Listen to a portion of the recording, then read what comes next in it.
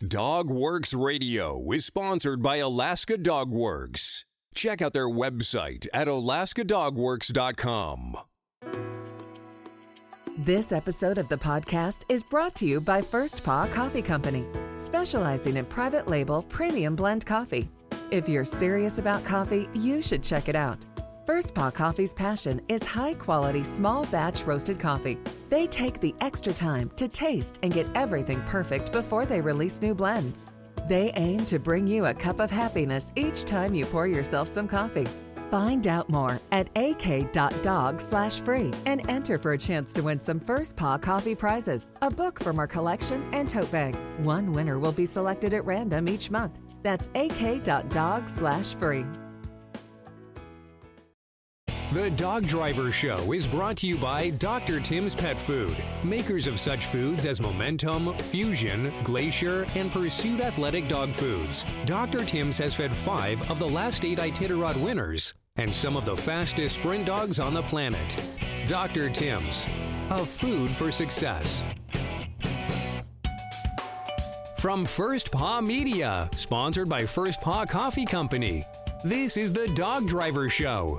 Visit our website at dogworksradio.com. Now here are your hosts, Robert Forto and Kurosh Parto. Hello and welcome everybody. This is Robert and you're listening to the Dog Driver Show, and I am joined by my co-host KP. KP, how's it going? Doing great today. Days are getting a little bit warmer and enough of the negative 20, negative 30 temperatures that we had a few weeks ago. And today we have a very, very interesting couple. Part of my Scottish connection, our second guests actually from Scotland, and we have John and Mary Carter from Perth and Kinross with us. They are racing Siberian Huskies for many, many years in Scotland. They're extremely competitive in purebred racing, and we're going to try to gather some of their knowledge for our listeners. John and Mary, how are you guys doing? We're great, thank you. Yeah. Yes, fine, thank you. Looking forward to speak to you. For our listeners who are not familiar with you and your kennel, please give us a little bit of background about both you, John, and about Mary's background also with the sled dog sport. Okay, I've been doing racing purebred Siberians now for close on 30 years in various disciplines, through from 2 dogs through to 8 dogs. Sprint racing, obviously, only, as we do mainly dry land racing. We race on snow, but we don't consider ourselves competitive on snow as we can't train for it. We just don't have the weather conditions to do so. But yeah, it started with a love of the dogs and carried on from there. What about you, Mary? And for myself, I got introduced to Huskies through a friend of mine, and initially I was racing other people's dogs before I had my own, and that's how John and I met, in fact, was through the dogs. And so I've been racing now for over 20 years, from 2 dogs up to 8 dogs, doing mostly dry land racing, an occasional snow race when we get the chance to. So how popular is the dryland sport in your area in Scotland? Very popular. It's all we can do. We have probably in excess of 300 teams in our area. When I say in our area, that's in a locale of probably 300 miles, something like that. Wow. And I know that you are very unique in your training program because you have a big farm and you can train on the farm yourself. How about the other folks? How do they train? Most folks train in forestry commission land, government-owned land, and they buy permits from the government.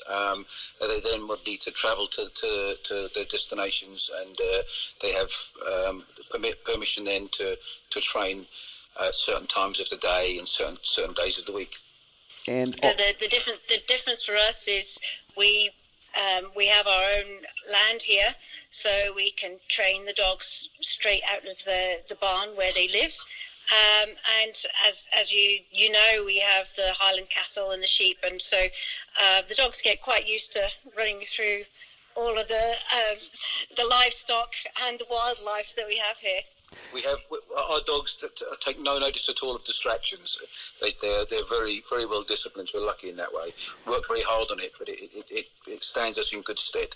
And for our listeners, and we have listeners from all around the world, literally, and many, many different countries. And if you are not familiar with these folks, I would go to their Facebook page. It's called Bowland Trails, and it is crazy. They go next to cows and sheep, which are laying on the trail, and the dogs, the huskies actually, which is very unusual for huskies, they just go like 6 inches from the cow's head or sheep's butt, and they're just continuing on the trail.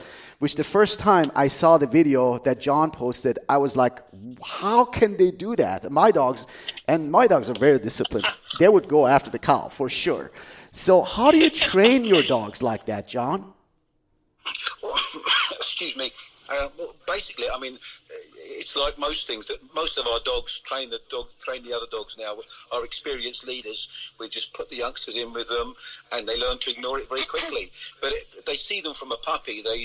We have them free running in paddock areas, and the cattle are roaming around outside, and the sheep are roaming around outside, and they get to see them from young, and they learn very quickly that they're just always there. So they take no notice. Things like rabbits and squirrels and things that occasionally cross us, that takes a little bit more training, but it's as most things in life, it's just a little bit of dedication and some hard work. Yeah, we start the youngsters, we don't start them in harness till they're about a year old, and we start them off towards the back of a team. And so all of the rest of the team are really mature dogs that are really well used to going past all of the distractions, and so it's quite easy for us. We can just put in the commands, leave it and on by, and obviously the rest of the team make sure that that's what the pup does, and it's not long before we can start moving the youngster forward in the team, because we know that it's not going to disrupt the run. And it's great when we've got yearlings that we're already putting up front of the team, and they're just ignoring all the wildlife and the livestock already. It's just, it's fantastic. There must be something in our line as well. I think they're most other people don't have such a good response. Yeah, I think Mary's quite right. I think there's something in the lines that we are using as well. Our lines are predominantly igloo pack crossed with Sepplers. And there is some Anadir into that as well, but that's the basic lines that we run, and for instance, we have one dog that didn't have a very good start. He got spooked in the big team, and didn't want to go back into a big team.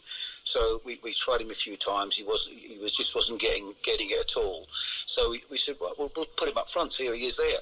And the dog went up front and led the team and was not distracted by anything from his very first run. Yeah. Matter of fact, he's led in 4 races now and still doesn't want to go back into the team. He's now a lead dog and will run nowhere else. But again, it's absolutely faultless. Makes no, he's not distracted at all. Yeah, totally focused. So speaking of the dogs, what is the size of your kennel, and do you have any retired dogs, any puppies? How's your kennel set up? We have 45 Siberians in our kennel. We have 51 dogs in total. We have 45 Siberians. We have 3 Scandinavian hounds. We have a couple of collies because we have them for working the sheep, and we have a Maremma Abritzi, which is our guard dog, just to keep any predators away from the sheep. We have 26 male Siberians and 19 female Siberians, ranging from our oldest is now 13 years old. We have 5 of them that are 13 years old, and our youngest are 20 months. Okay, and you breed your own dogs, or you introduce dogs from out of the other kennels also? We breed our own dogs. We've imported a couple of dogs 2 years ago from France to try and open our gene pool up a little bit. We haven't actually bred them yet, and the jury's out on them at the moment, to be honest with you. We'll breed them or not. But we have folks use our dogs at stud, which gives us a bit of an outcross at times and things like that.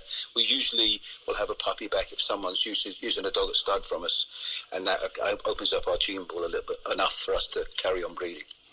My ear perked up when you said you have 45 Siberian Huskies, but you have also 3 Eurohounds. How did you decide to stick with the Siberian Husky and not follow the path of going the other way? It was very easy for me. It's I think that there are, as you'll be well aware, there are different grades of Siberian when it comes to running. Ours are a particularly fast line. Matter of fact, most of our Siberians are very, very close to as fast as our hounds. But it's hard to explain. I think it's something within me. But when I run the hounds, they're incredible athletes, but they don't touch your soul. When you run a team of Siberians, they touch your soul. It's smooth and it's graceful, and whereas for me, the hounds are legs and ears. It's just something that's just within me. I started with Siberians. My brother had 8 dogs, and he died suddenly. He didn't work them; he had them as pets. And I sort of went and helped my sister-in-law look after the dogs. And one of his friends said, "Why don't you try running them?" And I'd run 2 dogs for a bit of fun one day, and I was just absolutely hooked. Absolutely. And I think it's maybe in my DNA that I love to run the Siberians, and that's it. Oh, absolutely. I started with Siberian Huskies, like many other people also. And as you said, usually when even an open team, they want to take a picture of an open team, usually you see a Siberian open team, not an Alaskan or Hound open team, because they are not as pretty, they are not as uniform as you mentioned. What is the difference in a Siberian, working Siberian, and a show Siberian for you? Well, that's an interesting one. In the UK, there is a really quite a diverse range of Huskies you get, but there's also we do get breed specialist judges who work their dogs, and so in the UK you can have a working dog that does very well in the show ring. But these will be vastly different from the ones, the type of Huskies that get shown under the all-rounder judges. They tend to be the more chocolate box style Huskies, with the sort of more, not such an athletic look. There's a lot of judges in the UK, thankfully, that sort of follow the ethos of form follows function, so they want a dog that looks like it would be able to do the job, which is very good. We should say that until recent years, we actually show our dogs as well. We've over in previous years, we've qualified for Crufts. We have a couple of dogs in our kennel now that have qualified for one of the biggest dog shows in the world, which is Crufts. And they're still qualified, and we've in 1999 I think we got best of breed at Crufts. So we have shown our dogs as well, so they are really a dual purpose dogs, although to be fair, mainly location and cost has got us to the stage now where we just concentrate on our racing. John and Mary, I also started in Siberians, but I started the opposite way. I started in the conformation ring and then in the show ring, and then eventually worked my way over to the racing. So I went a little bit backwards than a lot of dog mushers do. But here in the States, I'm sure you're aware, they have a sled dog title. I believe it's called Sled Dog Excellent, XDX, I believe it is. Do you guys have something similar to that over in the UK? No. Not with the Sibes. Not with the Siberians. Their registration papers are considered to be enough in this country to qualify them for racing. I think that the Alaskan Malamutes, they can do the working titles, and you can get those working titles with the Sibes as well. But it's really something for the freighting breeds. They don't have those titles for the Sibes. No. Right. One other question before I turn it back over to KP, and this is sort of directed to KP as well. John had mentioned that there's 300 teams in Scotland. I don't think that there's 300 mushers in Alaska, do you?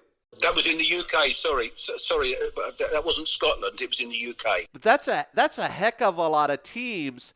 And so obviously the sport is very popular.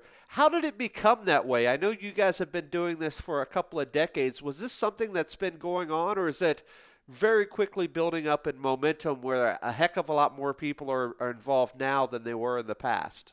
Well, no, I would say just the opposite, to be honest with you. The larger teams now are starting to dwindle away a little bit. The monodisciplines are taking over very much. With the racing, there are still a lot of teams out there, but I would suggest that monodiscipline racing is because it's so accessible. It's something that's probably going to take over the sport eventually in this country, I would imagine. Yeah, there'll be a few of us that will still race, but we do most of our racing internationally now anyway. We do the British Championships and then go abroad to race. But as I say, the monodisciplines is I think, the way the sport is heading in this country. Yeah. But in the UK, through from, say, the end of October through till end of March, maybe even to April, you could potentially go to a race every single weekend if you wanted to. Yes. There's races going on. And those races might attract anything from, say, 30 entries up to, 200, 250 entries. It depending on the location and the club that's organising it. So. John, you mentioned that you do majority of your races internationally. With UK being kind of an isolated island by itself, do you have a lot of issues and challenges with quarantines and bringing dogs in and out of the country? Pet passports, yes. That's it became a lot easier about 10 years ago when they introduced pet passports, which would be basically a dog would be examined. It would then have certain inoculations like rabies, etc., and then you was allowed to travel backwards and forwards. One of the issues we have at the moment is that with the dreaded Brexit, with people in the UK wanting to leave Europe, that may change for us. We may have to go back to quarantines, and that, of course, will put a stop to our international racing. Yeah, I did experience that when I went to Canada to Lochie Bowden to Lee Gilchrist and brought back my first two really competitive Siberians in the 90s, and I had to put them through quarantines, which was 6 months in a kennel. And it was just an absolute nightmare, and I kind of vowed I would never go through that again, to be honest with you. Yeah, the way it's looking like going now with the Great Britain leaving Europe is that we'll have to get the dogs microchipped and vaccinated against rabies, and then have a blood test to see that the dog's seroconverted. So they have a TT test. And then once you have this result to say that your dog is got an immunity to rabies, then you'll have to wait another period of time before you can then travel. But they're also saying you'll then have to have your dogs examined by a vet to say they're fit to travel. So a lot of red tape. So it's going to be a lot more difficult than it has been over the last coming up to 10 years. It's been a lot easier. Yes, yeah. So I know that as the ambassador of sport in Scotland, you probably have one of the biggest pool of sled dogs and Siberian Huskies. Do you have programs for beginners that you mentor and teach how to start in the sled dog sport?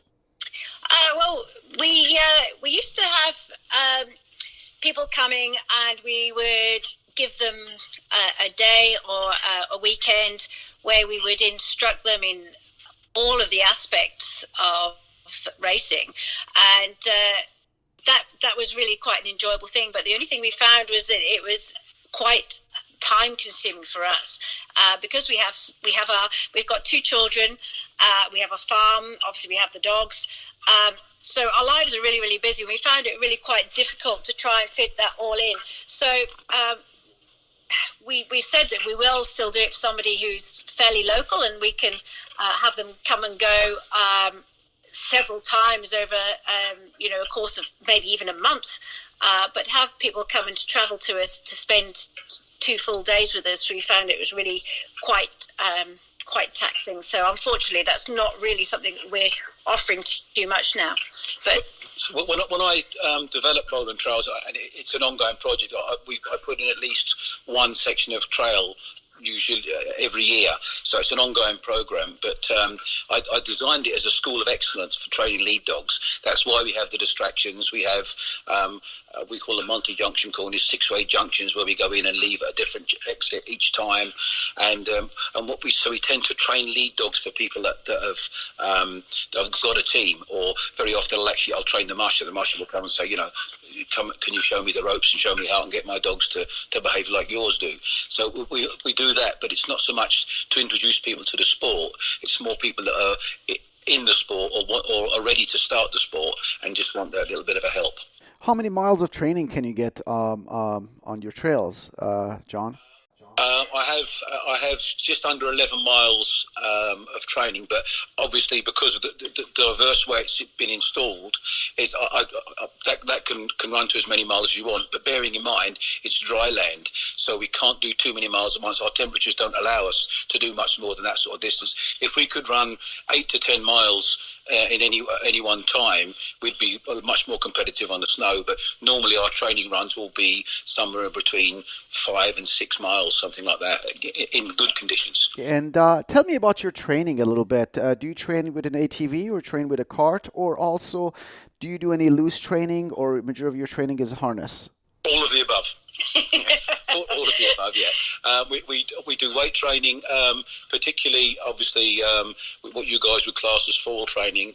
When we're starting, I always give the dogs a 2 months layoff. We never run June and July. And that's mainly because, for two reasons. One, it gives the dogs a chance to recuperate. These dogs are pretty tough, and if they've got a little niggle somewhere that you haven't spotted, it gives that a chance to recover and sort of, gives them just some mental space. But also, then when you start again, you have to go back to basics. You can't have to give them 2 months off and start running. I know a lot of folks that continue running right through the year and just start to go faster when it comes to the racing season. And it's my view on that is that you tend to wear out dogs a lot quicker that way. And we have dogs sometimes competing at 9 years old. So I like to have them a 2 month layoff and go back to basics, which is then, of course, will be heavy training, doing possibly, carrying a lot more weight with an ATV. Most of our training is not done with an engine. Our ATV has the engine taken out of it, and we'll just take a passenger and let them pull it. We very, very seldom use an engine. And then I'll then go to a lighter cart, just a heavier 4-wheel cart, and then eventually when we're ready to race, we take out 3-wheel carts, which most people think we're actually crazy. Running 8 dogs on 3 wheels, our 3-wheel cart weighs 15 kilos. So what would that be? I don't know. 30, 40 pounds, yeah. You know what? Not very real. Actually, when I was in Europe, I used to do a cart with 8 Siberians and some sketchy, and a lot of bangs and bruises and tore up shirts and knees and pants and everything on those. Me too, KP. I've been there for sure. In Scotland, John, do you guys have any symposiums, any workshops, clinics for guys to get together and exchange experiences and learn new stuff? Yeah, exactly. Yeah, not very heavy at all. Not very heavy at all. Yes, occasionally. Yeah, but most of our events are quite sociable. So most Saturday evenings and Friday evenings, there's a lot of talk around the campfire and that sort of stuff. Probably like most of you guys do. We don't very often have things like symposiums and that over here. Generally, we've had there's been a few of the bigger races have had a day or so before it when they've invited guys over and brought guys over from the States and from Alaska to do a talk. But the reality of it is that what we do is very different from what you guys do, over in the States. It's almost a different sport. Yes, the nutrition will be similar, possibly, but even that, if you think about it, your diets will be much more thinking about fat and proteins for longer distances. Whereas we're sprint racing, so it is quite a different sport. So I don't know. as I say, general health care and general care of the dogs, then obviously you can learn from anybody that looks after their dogs properly. But a lot of what we do is quite different to what the mushers will do anywhere else. It's certainly over in the States when you do the distance racing. If they're doing the long distance race. Because we dryland race, that's what we do. And we was in Europe. We used to go to Europe to do the snow racing, and we was sort of trailing on the back end of most of the races, and a lot of the guys who became friends of ours used to be saying to us, why don't you use our dogs at stud, or why don't you come and and buy some dogs from us? And I would say to them, there's nothing wrong with the dogs, it's just not what we do. After a period of time, I managed to start getting involved in dryland racing, and the WSA, the Purebred Society, so Purebred World Sled Dog Association, which is for purebreds, I managed to convince him to start doing dryland racing. And suddenly Scotland went from, sort of almost the red lamp material to on the podium. And I said, where did this come from? And I said, I've been telling you for years, there's nothing wrong with the dogs. Now you're doing what we do. And that leads right into my next question, John. And before I ask the question I ask everybody on our show, I have a question related to the future. And we typically ask this question about global warming, the weather, the economy, that sort of stuff. But since you guys have been doing Siberian mushing for so long, what do you think the future is of dog sports with Siberians? And I say that because KP had said something at the top of the show. I think we only have one or two sprint kennels up here in Alaska that are Siberian now. What do you think the future holds for the Siberian and dog sports? It's a difficult question. I think there'll always be people like us that feel that the Siberian fills the need that no other animal can fill. But I think certainly from the way that racing is going, even in Europe now, there's more and more of the open teams coming into it, and there's no question. We can't compete with the open teams with the Siberians. We're up there with most of the faster teams when it comes to Siberians, but we're still probably a mile or 2 mile an hour slower than they can do with the open classes. And I think that. So I think that I wouldn't say it's bleak for the near future, but I think it's going to be difficult to hold on to the purebred racing in a distant future, to be honest with you.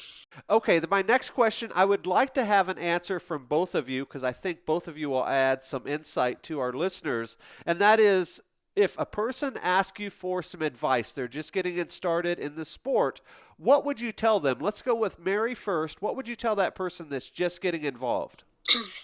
I would tell them to go and visit as many races as they possibly can, speak to people, listen to people, and try and have as much hands-on experience before deciding on which dogs you want and what and how you want to race.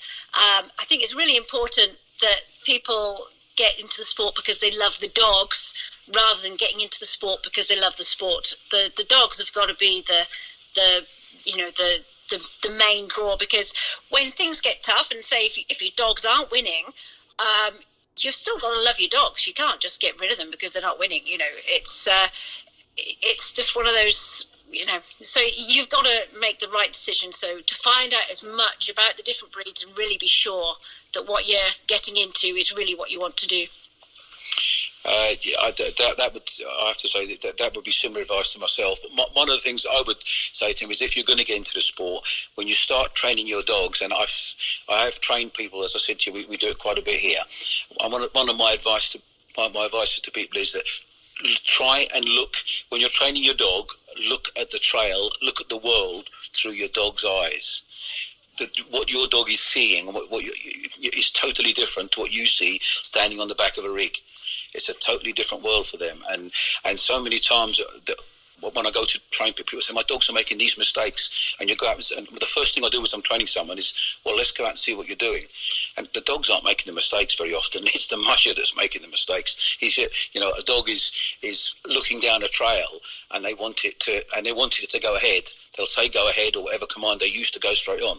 The dog will be then turning away and they're telling it to go ahead. Well, the dog's looking ahead. It's trying to do what you're telling it. So you have to see the world through the dog's eyes. And as I say, that's normally advice I give to people when they're training. It's just, see the world through their eyes. And that's excellent advice. KP, I don't think we've ever heard that perspective here on the show. We hear different things every episode, but this is something new, isn't it? Oh, definitely something new with these guys. And these guys are pros at their game in Scotland. They know exactly what they are doing with their expertise. The results show, what they are about. John, Mary, I wanted to thank both of you guys. I really, really appreciated the time you spent with us. John, you got to promise me something. If I come one day to Scotland, you got to take me behind your rig and go through the cattles, okay? Absolutely. I'm still impressed by that. I'm actually looking forward to see that. Yeah, you'll have to. Yes, you must do. You must do that. It's great fun. That would be fun. That would be fun. Well, thank you guys, and good luck with your training and racing season, and on the rest of the season, and the racing and the breeding that you have. Thank you so much. You're very welcome. Thank you. Thank you. Tight lines, as I say. On behalf of our guest today and my co-host KP, this is Robert for the Dog Driver Show. We will see you guys next time.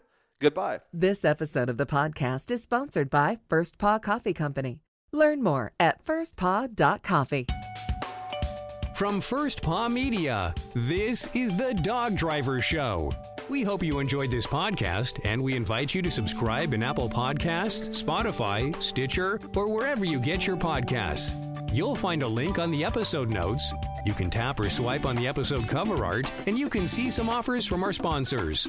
You can support our show by supporting them. If you like what you have heard, we would love it if you could give us a 5-star rating and tell your friends how to subscribe too. Your hosts are Robert Forto and Kurosh Parto. Our producer is Robert Forto and created for First Paw Media.